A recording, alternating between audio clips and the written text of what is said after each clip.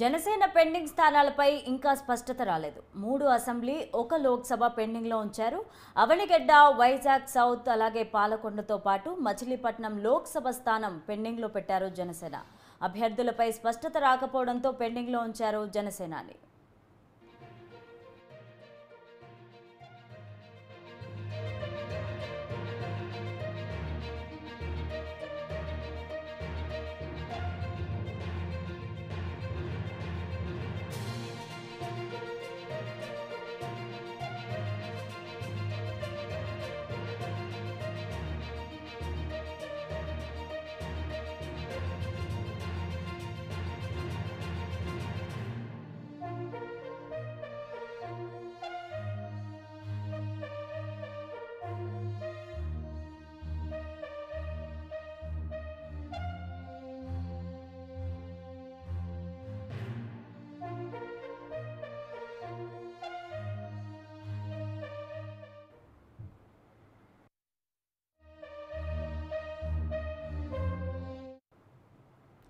Janasena pending స్థానాలపై ఇంకా స్పష్టత రాలేదు. 3 అసెంబ్లీ, 1 లోక్సభ పెండింగ్ ఉంచారు. అవనిగడ్డ, వైజాగ్ సౌత్, పాలకొండతో పాటు మచిలీపట్నం లోక్సభ స్థానం పెండింగ్లో పెట్టారు జనసేన.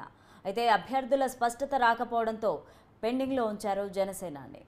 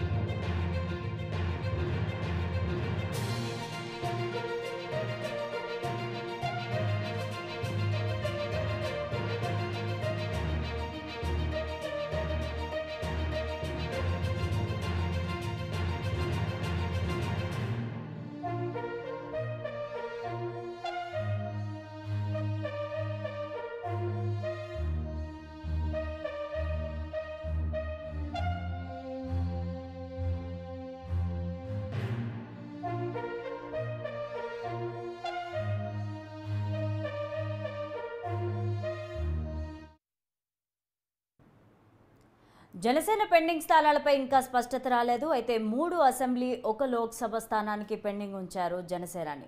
ఇక ఇదే అంశానికి సంబంధించి మరింత సమాచారం మా ప్రతినిధి ప్రసన్న అందిస్తారు. ప్రసన్న, చెప్పండి.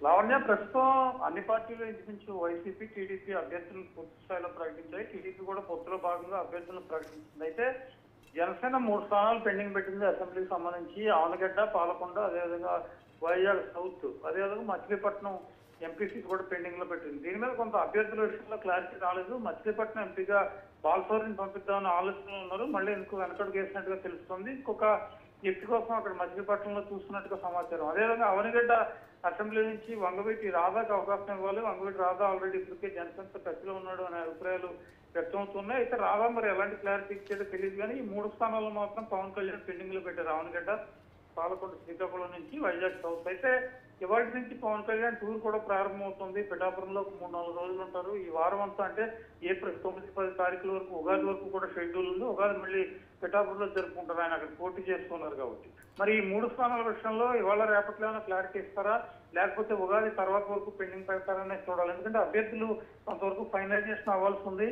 పొత్తులో భాగంగా సామాజిక సమీకరణాలు ఇవన్నీ దృష్టిలో పెట్టుకుని నిర్ణయం తీసుకోవాలి కాబట్టి కొంత వెయిట్ చేస్తున్నట్టుగా మనకు తెలుస్తోంది. లావణ్య, అయితే పవన్ కళ్యాణ్ టూర్ కు సంబంధించి అంతా రోడ్ మ్యాప్ ఖరారైనట్టేనా ప్రసన్న?